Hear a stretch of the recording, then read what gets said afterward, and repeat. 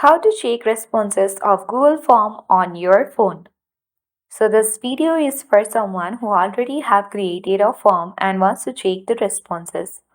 So make sure you have created a Google form. Then once you have created, you need to go to your browser. But now let's open the Chrome browser. And here you have to search for forms.google.com and open it. So make sure to sign into your account from which you have made the Google form.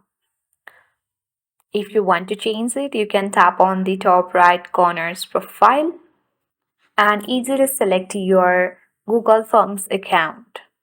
So in order to check responses from your earlier form, you have to open the desktop view. For that, tap on the three dots at the top right corner of the screen. Now you need to select the desktop site. So now we have been access to this home page of Google Form. So here you will see all the forms that you have created.